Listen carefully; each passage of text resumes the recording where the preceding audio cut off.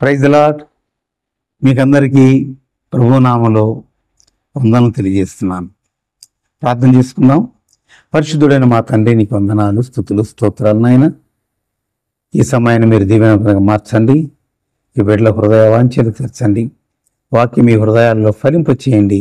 నన్ను యోగ్యునిగా వాడుకోండి. యేసు నామములో ప్రార్థిస్తున్నాను తండ్రి, ఆమేన్. అందరూ బాగున్నారు కదా? ఇవాల్టి వాక్య భాగము దావీదు కీర్తన 26వ అధ్యాయము 8వ వచనం. యెహోవా, నీ నివాస మందిరమును, నీ తేజో మహిమ నిలుచు స్థలమును నేను ప్రేమిస్తున్నాను.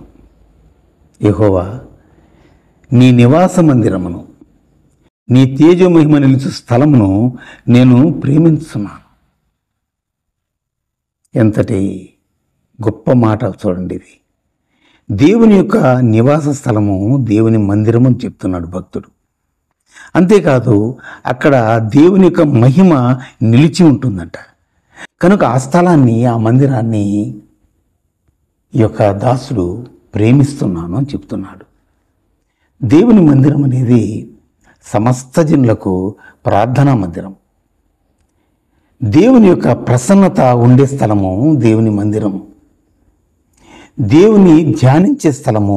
అంతేకాదు, జీవితకాలమంతా కూడా అందులో నివసించాలనే కోరిక పుట్టించే స్థలము దేవుని మందిరం. ఆ మందిరము ఎంతో శాంతిని, సమాధానాన్ని, హృదయానందాన్ని కలిగించి మనల్ని ఆనందింపచేస్తుంది.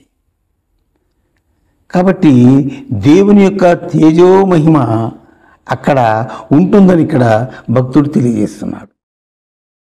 తేజో మహిమ నిలిచే స్థలము. ఆ స్థలములో దేవుడు ప్రార్థనను ఆలకించి అంగీకరిస్తాడు. ఆయన బిడ్డలు అక్కడ ప్రార్థించినప్పుడు భక్తుడు అంటాడు, చిరకాలము నేను ఆయన మందిరంలో నివసిస్తాను. ఆయన మందిరంలో నివసించువారు ధన్యులు. ఆయన మందిరంలో నివసించువారు ధన్యులు అని రాయబడింది దేవుని యొక్క వాక్య భాగంలో.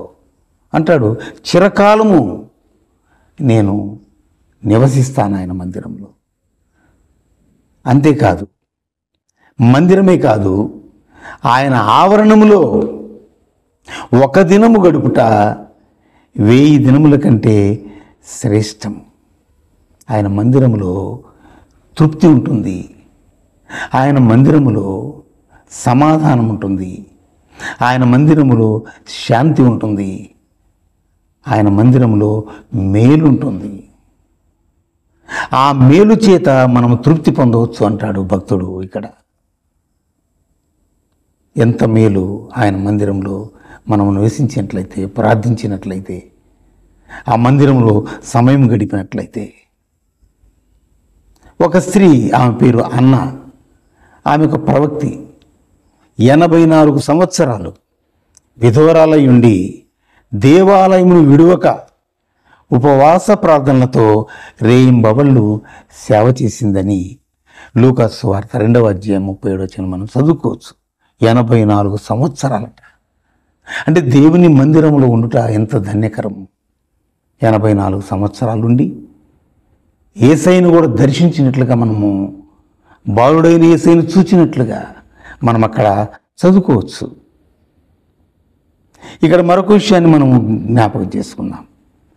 దేవుని ఆవరణంలో ఒక దినము గడుపుట 1000 దినముల కంటే శ్రేష్టమైతే, భక్తిహీనుల గుడారంలో నివసించుట కంటే దేవుని మందిర ద్వారమునొద్ద ఉండుట మాకిష్టము అంటారు కోరహ కుమారులు. వారికి అంత భక్తి దేవుడంటే, అంత ఆశ దేవుని యొక్క మందిరమన్నా, దేవుని ఆవరణమన్నా. చూడండి, మరొకసారి చదువుదాం. యెహోవా, నీ నివాస మందిరమును, నీ తేజో మహిమ నిలుచు స్థలమును నేను ప్రేమిస్తున్నాను అంటున్నాడు ఇక్కడ భక్తుడు. ఇవే మాటలు నీ ఒకవేళ ఉచ్చరించినట్లయితే, దేవుడే నీ హృదయాన్ని తన మందిరముగా మార్చుకొని తన తేజస్సు మహిమతో నింపి నిన్ను కూడా ప్రేమిస్తాడు. ఆయన ప్రేమకు మనం పాత్రమై మన జీవితాన్ని ఆశీర్వకరంగా మార్చుకోవడానికి ప్రభు సహాయం చేయనుగాక. మనమంతా ఆయన మందిరాన్ని ప్రేమిద్దాం. మందిరానికి క్రమం తప్పకుండా వెళ్ళి ఆయన మాటలు విని ఆశీర్వదించబడదాం. దేవుడి మాటలు దీవించునుగాక. ఆమెన్. పరిశుద్ధుడైన మా తండ్రి, ఈ బిడ్డల హృదయాలను నీ మందిరములుగా మార్చుకొని మీ తేజో మహిమను అందులో నింపి ఈ బిడ్డలను ఆశీర్వించమని, ఈ కుటుంబాన్ని దీవించమని, ఈ బిడ్డలను వీరి భవిష్యత్తును నీ చేతులకు సమర్పించుకుంటూ యేసు నామములో ప్రార్థిస్తున్నాం తండ్రి. Amen. God bless you all.